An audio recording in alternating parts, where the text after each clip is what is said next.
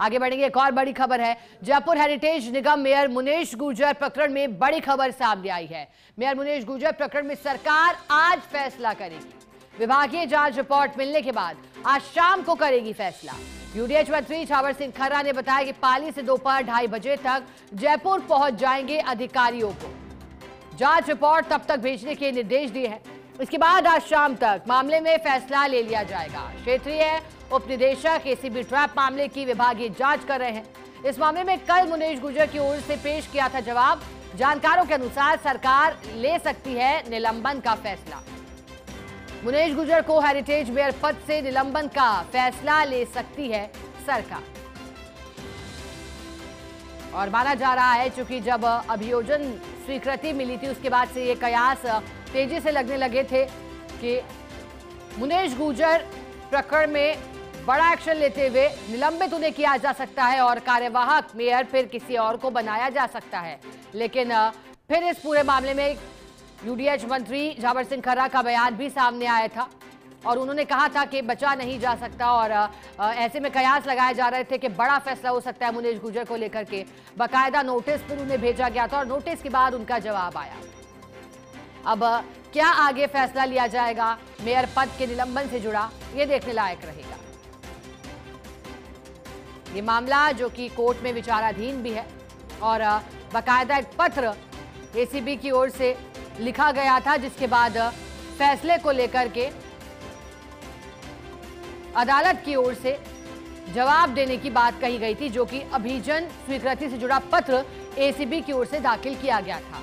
क्योंकि उस पत्र पर फैसला लेना होता है एक तय समय सीमा के अंदर और जब वो फैसला लेने में देरी हो रही थी तो फिर अदालत ने उस फैसले को लेकर के जवाब मांगा था। स्पष्टता सरकार से भी मांगी थी कि अभियोजन स्वीकृति पर फैसला लेने में आखिर देरी क्यों हो रही है।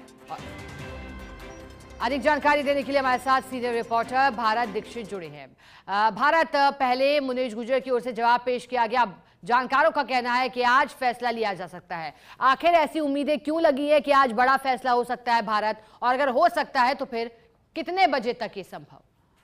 देखिए शिखा, आपको बता दूं कि इस पूरे मामले को लेकर जो मंत्री है यूडीएच मंत्री झावर सिंह खर्रा, उन्होंने बकायदा एक बयान यहाँ पर मीडिया में दिया था। उन्होंने कहा था कि जैसे ही महापौर मुनेश गुर्जर की ओर से जो नोटिस का जवाब आएगा उसके बाद तुरंत प्रभाव से मुनेश गुर्जर को निलंबित है वो यहाँ पर किया जाएगा।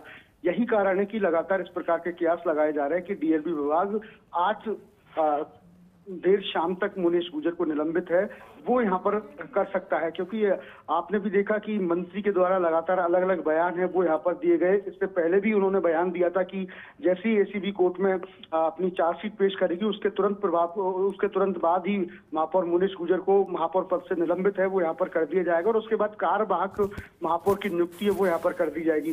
डीएलबी विभाग की ओर से महापौर मुनेश गुर्जर को नोटिस यहाँ पर दिया गया था जिसमें 3 दिन के अंदर नोटिस का जवाब देने की बात है वो यहाँ पर कही गई थी। अब ऐसे में कल मंगलवार को मुनेश गुर्जर की ओर से नोटिस का जवाब है वो यहाँ पर दिया गया था और जैसे ही मंत्री आज जयपुर पहुंचेंगे, फाइल को देखेंगे और जैसे ही फाइल पे मंत्री के हस्ताक्षर होंगे उसके बाद ही जो विभाग की ओर से जो प्रक्रिया है निलंबन की वो यहाँ पर शुरू कर दी जाएगी। तो कहीं ना कहीं कह सकते हैं कि हो सकता है आज देर शाम तक इस प्रक्रिया को पूरा कर लिया जाए और उसके साथ ही कार्यवाहक महापौर की जो नियुक्ति के जो कयास लगाए जा रहे हैं उसमें भी नाम कई सामने आ सकते हैं। जैसे कि पहले भी फर्स्ट इंडिया ने बताया था कि अगर बात करें कुसुम यादव की बात करें, कपिला कुमावत की बात करें, वर्षा सैनी की बात करें तो ये 3 वो नाम है जो भाजपा की ओर से कार्यवाहक महापौर की दौड़ में यहाँ पर है। क्योंकि देखिए दोनों ही निगमों की अगर बात की जाए तो ओबीसी महिला के लिए रिजर्व है महापौर का पद। हेरिटेज की बात की जाए तो हेरिटेज में भी महापौर का जो पद है वो ओबीसी महिला के लिए रिजर्व है। ऐसे में अगर मुनेश गुर्जर को इस पद से हटाया जाता है तो कार्यवाहक महापौर की नियुक्ति भी सरकार की ओर से 60 दिवस के लिए की जाएगी। ऐसे में ओबीसी की महिला को ही बीजेपी की ओर से कार्यवाहक महापौर नियुक्त किया जा सकता है। भाई मंत्री ने कहा कि कोई जरूरी नहीं है कि बीजेपी की महिला हो, जो इस पद के लिए जो परफेक्ट महिला होगी ओबीसी की उसको कार्यवाहक महापौर है वो नियुक्त किया जाएगा। जी ठीक है भारत, बहुत शुक्रिया आपका साथ जुड़ने के लिए, जानकारी के लिए।